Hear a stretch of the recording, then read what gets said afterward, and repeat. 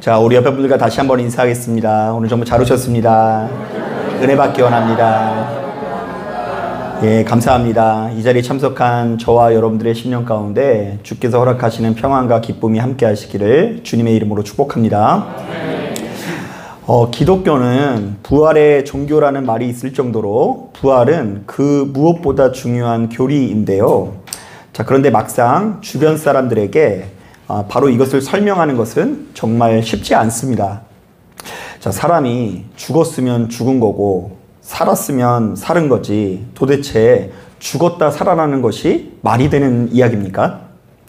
자, 실제로 이 부활은 아주 오랜 기간 동안 교회 안에서조차 굉장히 큰 논쟁거리였는데요. 자, 오늘 우리가 읽은 이 본문 12절만 보더라도 예수는 믿어도 부활을 믿지 않는 사람들에 관한 기록이 담겨 있을 정도입니다. 자, 그런데 바로 이런 상황 속에서 사도 바울은 예수 믿는 우리들에게 거듭해서 부활 신앙을 요구하고 있는데요. 좀 더 구체적으로 이야기하면 예수께서 죽었다가 다시 살아나는 것을 믿지 못하는 사람들은 예수를 제대로 믿는 사람들이 아니라는 것입니다. 사실 지금껏 이 사도 바울은 굉장히 유연한 태도로 복음을 전했거든요. 특히 유대교 출신의 그리스도인들이 우리가 예수를 믿어도 할례를 받아야 되고 절기도 지켜야 되고 음식도 구분해서 먹어야 된다고 주장했을 때 그런 주장 앞에서 굉장히 유연한 태도를 보였습니다. 자, 이른바 너희가 이방인들에게 율법을 지키라는 잔소리를 지나치게 해서는 안 된다는 것이죠. 자, 그런데 바울은 유독 부활만큼은 굉장히 단호한 태도를 보이면서 반드시 가지고 있어야 된다고 주장을 하는데요. 자, 도대체 부활신앙이라는 것이 무엇이길래 사도 바울은 바로 이렇듯 단호하고 엄격한 태도를 보이는 것일까요? 자, 오늘 우리가 읽은 이 고린도전서 15장은 우리가 건강한 부활신앙을 갖는 데 있어서 큰 도움이 되는 말씀인데요. 자, 왜냐하면 고린도전서 15장 자체가 부활을 전혀 믿지 못하는 사람들에게 쓴 이 사도 바울의 변증이기 때문입니다. 자, 과연 사도 바울은 무수히 많은 지성인들과 당대의 철학자들 앞에서 부활을 어떻게 소개했을까? 아무쪼록 귀를 기울이시고 큰 은혜 받으시는 저와 여러분들 되시기를 주님의 이름으로 축복합니다. 자, 먼저 우리가 읽은 15장 3절부터 8절을 보니까 사도 바울은 우선 아주 전통적인 부활 교리를 소개하고 있는데요. 예수 그리스도께서 죽은 지 사흘 만에 다시 살아나셨다고 하고요. 그리고 바로 이것을 목격한 증인들이 지금도 자신들의 교회 안에 많이 있었다라고 이렇게 증언하고 있어요. 자, 그러니까 이렇게 무수히 많은 목격자들이 있으니 예수 그리스도의 부활은 참이라는 것이죠. 자, 그런데 바로 이런 주장이 당시 사람들에게는 잘 먹힐 수 있지만 오늘날 우리들에게는 크게 공감이 되지 않을 수 있는데요. 자, 왜냐하면 지금 이 시대는 예수께서 이 땅에 오신 지 무려 2000년의 시간이 지났기 때문입니다. 자, 이제 우리 공동체에는 예수님의 부활을 목격한 사람들이 있어요, 없어요? 있다고 하실까봐 제가 걱정했는데. 우리 중에는 이제 부활을 이렇게 목격한 사람이 있기는커녕 예수님 품에 안겨가지고 그분의 손을 만져본 사람이 단 한 분도 있지 않아요. 그리고 제가 어디 가서 이런 얘기를 했더니요, 아마 예수님을 만나도 서로 의사소통이 안 됐을 거라고 얘기하더라고요. 우리는 한국말로 이야기하고 예수님이랑 이렇게 말이 안 통했을 거라고 하더라고요. 자, 그런데 바로 이런 상황 속에서 우리가 무엇을 보고 예수 그리스도의 부활을 확신할 수 있을까요? 자, 바로 이런 차원에서 예수 믿는 우리들은 이 9절부터 10절에 나와 있는 말씀을 좀 유념해야 되는데요. 자, 우리 9절 10절 말씀 같이 한번 읽어보겠습니다. 시작. 나는 사도 중에 가장 작은 자라. 나는 하나님의 교회를 박해하였으므로 사도라 칭함받기를 감당하지 못할 자니라. 그러나 내가 나된 것은 하나님의 은혜로 된 것이니 내게 주신 그의 은혜가 헛되지 아니하여 내가 모든 사도보다 더 많이 수고하였으나 내가 한 것이 아니요 오직 나와 함께 하신 하나님의 은혜로다. 자, 이게 무슨 말인 줄 아시겠어요? 사도 바울은 자기 자신이 우리 주님을 영접한 이후에 전혀 새로운 사람으로 변화되었다라는 것을 강조하고 있는데요. 자, 그가 이전에는 교회를 박해하는 자였으나 이제는 하나님의 은혜로 주님의 이름을 전파하는 사도가 되었다라는 이야기를 하는 것입니다. 자, 그러니까 사람이 부활했다라는 것은 사도 바울이 살아가는 시대도 그렇고 지금도 그렇고 도무지 이해하기 어려운 난제이지만, 그럼에도 불구하고 우리에게는 부인할 수 없는 강력한 증거가 있는데, 그것은 바로 한 영혼의 변화라는 이야기를 하는 거예요. 즉 주님의 몸된 교회를 끝없이 박해하던 바울이 예수 그리스도를 전파하는 사도의 위치에 서게 된 것, 바로 이 한 영혼의 변화 자체가 부활에 대한 아주 강력한 증거라는 이야기를 하는 것이죠. 자, 한번 따라해 보겠습니다. 부활의 가장 강력한 증거는 한 영혼의 변화이다. 자, 바로 이런 차원에서 예수 믿는 우리들은요, 예수께서 죽었다가 다시 사셨다라는 것을 그저 기계적으로 무조건적으로 고백하기보다 바로 그 예수 때문에 나타난 내 삶의 변화를 중요하게 생각해야 되는데요. 이른바 빛 대신 예수께서 역사하사 내 삶에 만연한 어둠을 몰아내는 경험들이 나타나는 것을 그 무엇보다 중요한 가치로 여겨야 한다라는 이야기를 하는 거예요. 또한 예수 믿는 우리들은 우리 삶 가운데 깜짝 놀랄 만한 기적이나 표적이 나타나기보다 내 영혼의 속성이 달라지는 경험들을 해야 되는데요. 자, 미국의 유진 피터슨 목사님은 일상 부활을 산다라는 책을 통해 진정한 부활의 능력을 이렇게 소개합니다. 자, 우리는 무언가를 우리의 삶에 추가함으로써가 아니라, 우리는 기적을 우리의 삶에 추가함으로써가 아니라 발광에 가까운 이기적인 삶을 버리고 문화적, 종교적 혼란을 털어내며 우리가 보통 세상, 육체, 마귀라 칭하는 것들로부터 돌아섬으로써 부활의 삶을 증증시킨다. 자, 한번 따라해 보겠습니다. 발광에 가까운 이기적인 삶을 버리고 마귀의 것들로부터 돌아섬으로써 부활의 삶을 증진시킨다. 그러니까 표적과 기적이 아니라 너무나 뼛속까지 이기적인 내 자신의 속성을 벗고 나밖에 모르는 내가 다른 사람의 입장을 이해하기도 하고 이 세상의 악한 것들, 세상에서 최고로 가치 있게 여기는 것들을 우리가 별거 아닌 것으로 여기는 그 과정을 통해서 부활의 권세와 능력이 우리 삶 가운데 증진된다라는 이야기인 거죠.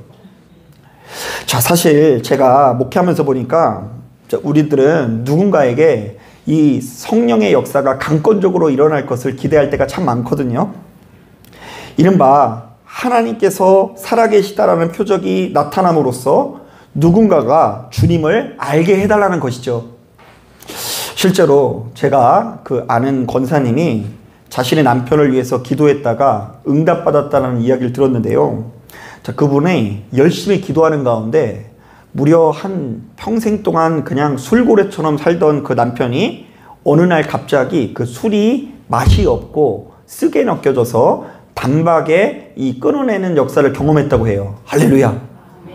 네, 그런 역사가 일어났으면 좋겠죠. 또한 어떤 분은 그 새벽 예배 갈 때마다 그 남편의 구두를 붙들고 같이 갔대요.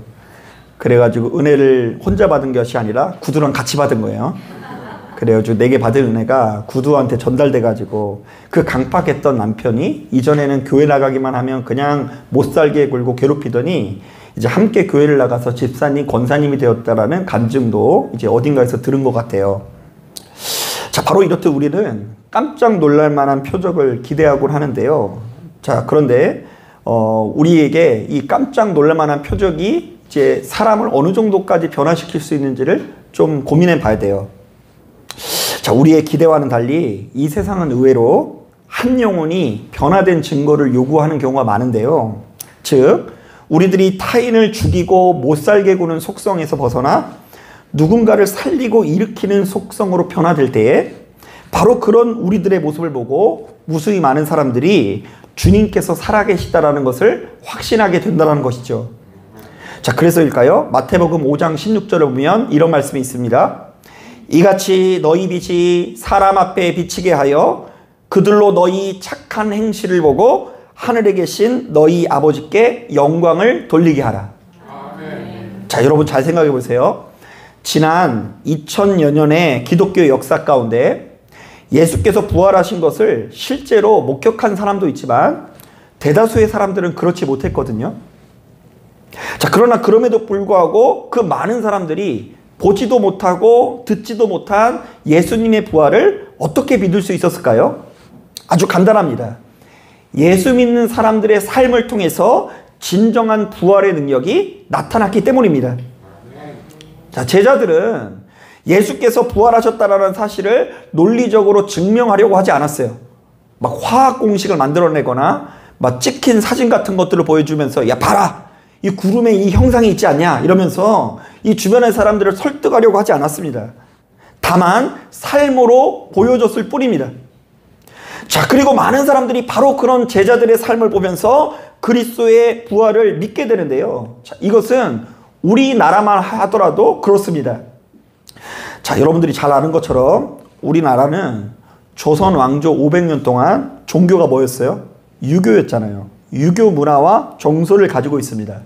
자, 그런데 전통적인 유교는 원래 내세를 인정하지 않아요.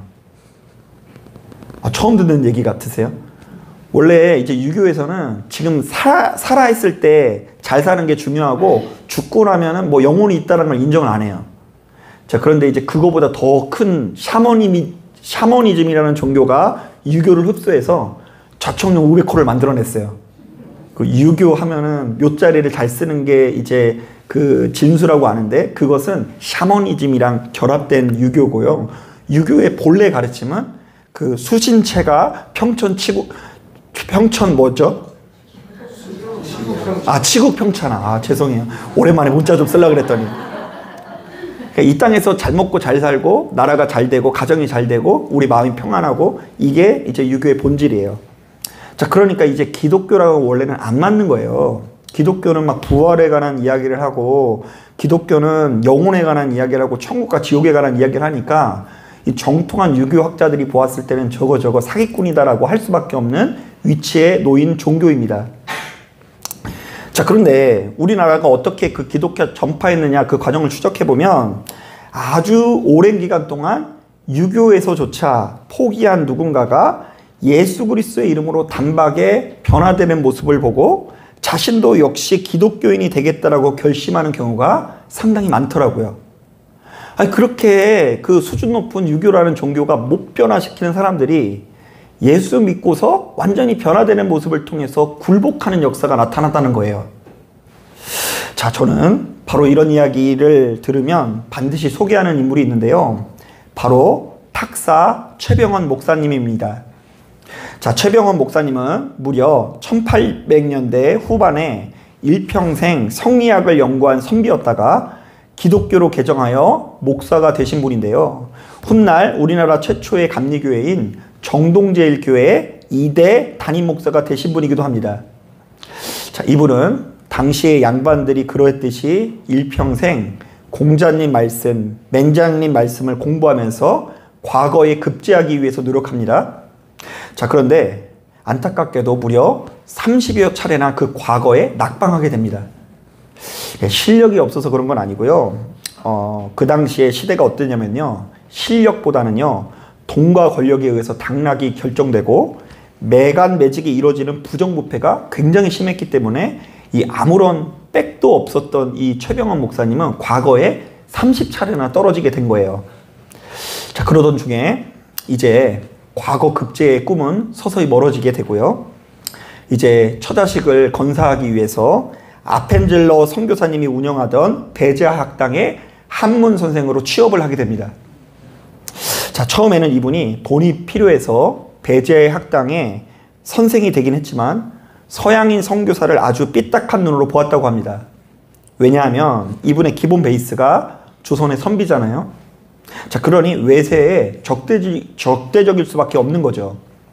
자, 더욱이 당시만 하더라도 어떤 루머가 있었냐면요. 서양인들이 우리나라 아이들의 간을 빼먹는다는 소문이 있었는데 실제로 이 어두울 때 이 서양인 선교사들 얼굴 보니까 얼굴이 허해가지고 막 코도 높고 막 그러니까 이제 막 이렇게 뛰어올 것 같잖아요. 그 중국에서 내려오는 강시 비슷하게 생겼다고 느껴가지고 이 서양인 선교사인 아펜젤로를 고운 눈으로 볼 수가 없었습니다. 자, 하지만 막상 이분이 아펜젤로 선교사를 지근거리에서 지켜보니 세상에 이렇게 인자한 사람이 없는 거예요. 당시만 하더라도 조선은 신분 제도가 이 성행에서 노비들과는 밥상머리부터 구분을 했거든요. 그런데 이분이 모든 사람들을 차별하지 않고 한 밥상에서 밥을 먹고요. 심지어 그 노비한테도요, 이 고기를 좀 더 못 먹었을까봐 공평하게 그 고기를 잘라가지고 하나씩 놓아주는 모습을 보면서 이 충격을 받습니다. 아니, 저렇게 어떻게 사람을 자애롭게 대할 수 있을까? 자, 그래서 그때부터 호기심을 가지고 교회를 다니게 되는데요. 교회를 다니면서도 의심이 해결되지 않았어요. 그래서 무려 5년 동안이나 아펜젤로 선교사님과 독대를 하면서 성경을 공부하고 날카로운 질문을 쏟아냅니다. 자, 그런데 바로 이 과정에서 아펜젤로 선교사님이 매너가 너무 좋은 거예요. 분명히 나에게 성경을 가르치면 이 사람도 스승이잖아요. 스승은 임금과 같은 사람인데 그 임금과 같은 스승이 너무 겸손한 모습을 가지고 힘없는 조선이라고 하대하지 않고 동양의 전통과 사상을 존중해 주는 태도에 크게 감명을 받습니다. 그러니까 여러분 조심하셔야 돼요. 그 주변에 돌아다니면서 자꾸 전도할 때 예수, 천국 여기까지는 좋아요. 불신 뭐라고요? 그러면서 회개하라 이러면서 막 지하철에서 막 소리 지르시는 분이 있는데요. 뭐 그게 이제 진짜 존중인지를 한번 돌아볼 수 있어야 돼요. 잘 생각해 봐야 돼요. 자, 그러다가 이분이 5년 동안 성경 공부를 받았으니까 이제 5년이 지났으면 그 당시에는 세례를 받는 것이 굉장히 중요한 관례였거든요. 오늘날 우리들은 오늘 세례를 받아도 다음 주부터 보면 교회 안 나와도 뭐 지장이 없죠. 근데 그 당시 사람들은 세례를 받고 안 받고를 굉장히 중요한 문제로 여겼대요. 이제 세례를 받으면 내가 이제 예수 안에서 살아가겠다라는 결심을 하는 일종의 예식인 거예요. 그래서 세례를 받을까 말까, 아무리 봐도 성경을 보니까 이게 진짜 살아있는 진리인 것 같은데 내가 일평생 공부한 성리학에 비추어 보았을 때 세례를 받는 게 조금 배신하는 것 같고, 이래서 고민하던 중에 한 가지 사건이 발생합니다. 최병원 목사님이 우연히 도심에서 거의 죽게 된 병든 거지를 발견하게 됩니다. 자, 그런데 그분이 그 병든 거지를 도와줬을까요? 아니면 도망갔을까요? 도망갔어요. 왜냐면요, 그 당시에 조선에 길거리에 거지가 너무 많았대요.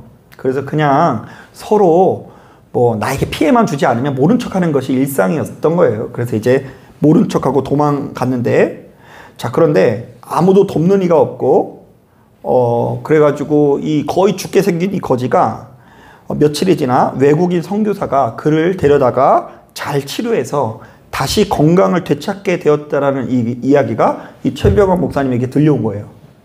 내가 지나친 그 거지를 선교사가 먹였다. 자, 그러자 이분이 큰 충격을 받습니다. 아마 성령의 감동이 온 것 같아요. 성령께서 그 마음을 괴롭히시는데요.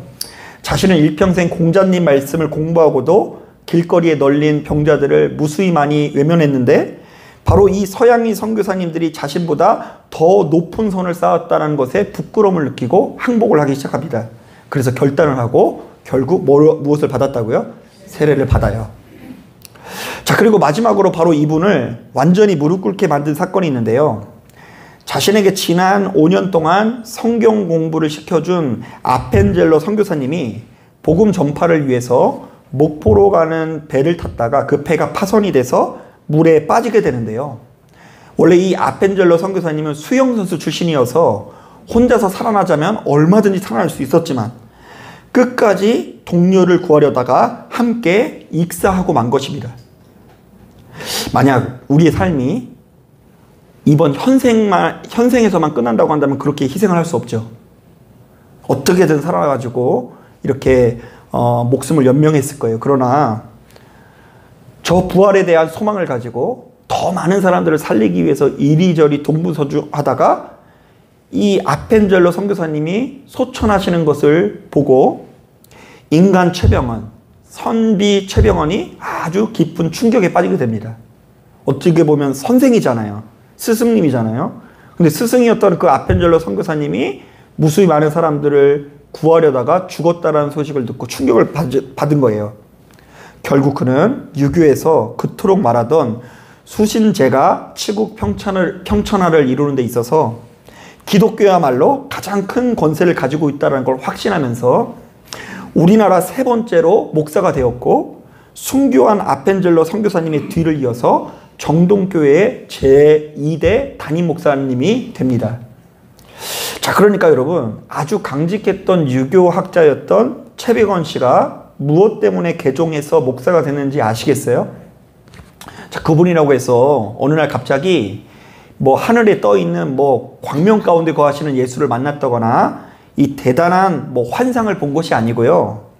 예수께서 부활하신 것을 정말로 그의 눈으로 확인한 것은 더더욱 아닙니다. 그냥 그가 아주 오랜 기간 동안 무수히 많은 성도들이 드러낸 수준 높은 삶의 태도, 특히 아펜젤로라는 선교사님이 드러낸 영광스러운 삶의 태도를 통해 희미하게나마 부활의 영광을 맛보고 일평생 유학을 연구한 최병원 선비가 복음을 영접한 이후에 목사로 거듭나게 된 것이죠. 자, 실제로 저는 목회를 하면서 함께 신앙생활을 하던 성도님들이 예수를 믿고 구주로 영접하게 되면서 그들의 인생이 완전히 달라지게 되는 것을 종종 경험하게 됩니다.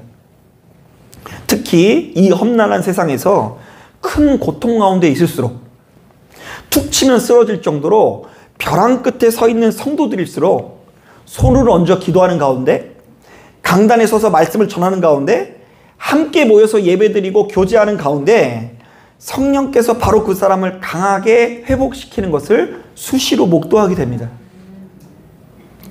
또한 이전에는 순전히 내 마음대로 살아왔는데, 이전에는 나의 소견대로, 성품대로, 성질대로 살아왔는데, 바로 이런 나의 방식이 철저히 실패라는 것을 깨닫고 죽음이라는 것을 깨닫고 하나님께서 인도하시는 대로, 성령께서 인도하시는 대로 나아가려고 노력할 때에 그들의 삶이 서서히 단단해지는 것을 수시로 목격하게 됩니다. 여러분, 의외로요, 자기가 하고 싶은 대로 사는 것만큼 부서지기 쉬운 삶이 없더라고요. 자기가 마음대로 가는 데마다 다 성질 부리고 자기가 하는 데마다 그냥 옳은 대로만 행동하는 사람들은요, 정말로 부서지기 쉬우나 하나님의 뜻대로 살아가는 사람들이 서서히 단단해지기 마련인 거예요. 여러분, 창세기 2장을 보면 많은 사람들에게 알려져 있지만 주목받지 않는 말씀 중에 하나가 뭐냐면요, 여러분, 우리가 이 창조의 섭리 중에 반드시 알아야 되는 것 중에 이런 것이 있어요. 하나님께서 흙으로 사람을 지으셨죠, 일단. 그래서 우리의 육체는 뭐라고요? 흙. 그것은 이제 지으려고 빚었다라는 의미도 있지만 그만큼 우리의 육체가 유한하다는 거예요. 흙이 이렇게 뭐 만들면 부서지잖아요. 그것처럼 우리의 몸은 흙처럼 부서지는 거다. 자, 그래서 우리의 몸은 이 별거 아닌 거예요. 우리의 육체와 짐승의 육체나 육체만 놓고 보면 달라요, 안 달라요? 예, 비슷해요. 거의 동일합니다. 걔네도 육체를 가지고 있고 우리도 육체도 있고. 그런데 우리 인간에게만 하나님께서 아주 기가 막힌 이 장치를 허락하시는데요, 코에 무엇을 불어넣으신다고 하죠? 생기를 불어넣으시니 바로 그때 사람이 비로소 생령이 되었다라고 하죠. 코에 생기를 불어서 우리의 인간이 짐승이 아니라 생령이 되었다. 살아있는 영의 존재가 되었다. 자, 바로 이때 이 생기라는 말이 원어상으로는 루아흐라고 해서 바람, 숨결이라고 하는데요. 자, 성경에서는 주로 이것을 두 가지로 해석을 합니다. 첫 번째, 인간이라는 존재를 활동하게 하고 살아가게 하는 근원적인 힘과 기력. 두 번째, 생명의 근원되는 창조주 하나님으로부터 오는 생명력. 자, 그러니까 제가 맨날 사람은 떡으로만 살아가는 존재가 아니라 하나님께서 주시는 영적인 공급이 있어야 된다고 하는데, 이거 제가 그냥 하는 말이 아니에요. 굉장히 성경적인 말인 거예요. 여러분, 물론 사람이 너무 잠을 못 자고 사람이 너무 피곤하면 좀 잠도 자야 되고 아무것도 일도 안 하고 좀 휴식도 취해야 되겠죠. 그렇게 얻어지는 회복도 있어요. 자, 그런데 때로는요, 사람이요, 잠도 푹 자고 휴식도 충분히 취한데도 불구하고 왠지 계속해서 피곤함이 느껴질 수 있어요. 바로 생기가 부족하기 때문이에요. 그럼 빨리 그 자리를 박차고 일어나서 어디로 와야 돼요? 그냥 교회라고 하지 말고 어디 교회요? 예진교회로 나오셔야 돼요. 교회 나오셔가지고 빨리 생기 충전할 준비를 하시면 되는 거예요. 사람은 하나님께서 주시는 루아흐, 힘과 기력이 있어야 살고요. 사람은 생명의 근원 되시는 하나님으로부터 생명력을 얻어야 온전한 모습으로 살아갈 수 있는 것입니다. 그러니까 밥만 먹고 살아가던 사람이 생기를 누리는 기쁨을 깨닫게 되는 것이 진짜 권세요, 능력일 수 있는 거예요. 그 세상 사람들은 다 떡으로만 살아가고 그냥 좋은 거 보는 것으로 관광하고 즐겁고 맛있는 거 먹는 재미로 살아가지만 우리는 생기로 살아가는 존재로 거듭나는 것이야말로 부활의 능력인 것입니다. 저는 성도가 생기가 충만한 것도 부활의 권세 중에 하나라고 믿는데요. 실제로 생기가 충전된 성도들은 예배당 들어올 때는 죽을 것 같은 마음으로 왔어요. 살아는 있으나 살아도 산 게 아닌 것 같은 얼굴로 오는 거예요. 자, 그러나 집으로 돌아갈 때는 생기 충전돼서 화창한 봄날이 되어서 돌아가고요. 예배당에 들어올 때는 피곤이 충만한 모습으로 왔으나 집으로 돌아올 때는 뭔가 평안과 기쁨이 가득한 거예요. 그래서 여러분 실제로 예배 때 여러분 좀 졸아보세요. 다른 곳에서 자는 것보다 얼마나 달콤한지 몰라요. 설교 시간에 한 10분만 주무시다가 일어나 보세요. 그냥 얼마나 그냥 눈이 번쩍하고 뜨이는데요. 자, 그렇다 보니 바로 이러한 은혜를 경험한 분들은 하나님 앞에 예배 드린다거나 기도하는 것이 자신의 인생에서 굉장히 중요한 문제가 되는데요. 왜냐하면 예배를 드려야 신바람이 나고 기도를 해야 그야말로 숨통이 트여지는 경험들을 누리게 되기 때문입니다. 그래서 이제 막 이것을 이해 못 하시는 분들은요, 막 이래요. 주일날 일주일에 한 번씩 가는 것도 이해가 안 되는데, 아니 세상에 믿음 생활 한다더니 수요일날도 가고 금요일도 간다? 거기까지는 이해돼요? 근데 새벽에 안 자고 어디 나온다고요? 도대체 왜 그렇게 그러냐? 근데 그거는 이제 좋아야 할 수 있는 거예요. 좋아야지. 이게 좋아야지 하지 그냥 억지로 막 멱살 붙들고 여기 앉혀놓고 뭐 그렇게 해서 되는 게 아니에요. 기도하는 것이 좋고 즐거워야지 수시로 기도할 수 있는 거예요. 그래서 제가 늘 하는 얘기가 뭐냐면 기도는 쾌락이어야 할 수 있는 거예요. 기도는 뭐 의무적으로 할 수 있는 게 아니라 기도가 좋아야지. 그리고 인생의 고통이 끝에 이르러가지고 이것저것 해봐도 안 됐는데 기도할 때 숨이 트이는 경험을 할 때에 그 기도의 자리로 나올 수 있는 거죠. 저는 이 자리에 참석한 여러분들이 자신의 생애 가운데 바로 이러한 믿음이 강하게 자리 잡길 바랍니다. 하나님의 영이 우리 안에 거할 때 비로소 생명을 누리게 될 것이다. 하나님의 영으로 뼈다귀와 같은 내가 군대와 같은 모습으로 회복시켜 주실 줄로 믿는다. 우리는 뼈다귀와 같은 인생으로 이 세상을 유리하며 살지만 하나님의 영에 힘입어 생기를 입어 군대와 같은 모습으로 영광스러운 모습으로 회복될 수 있다는 것이죠.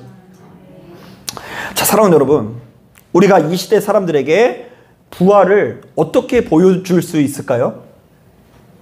예수님께서 부활하셨고 바로 그것을 믿는 낮 동안 죽음 가운데 있다가 다시 살아났다는 것을 어떻게 입증할 수 있을까요?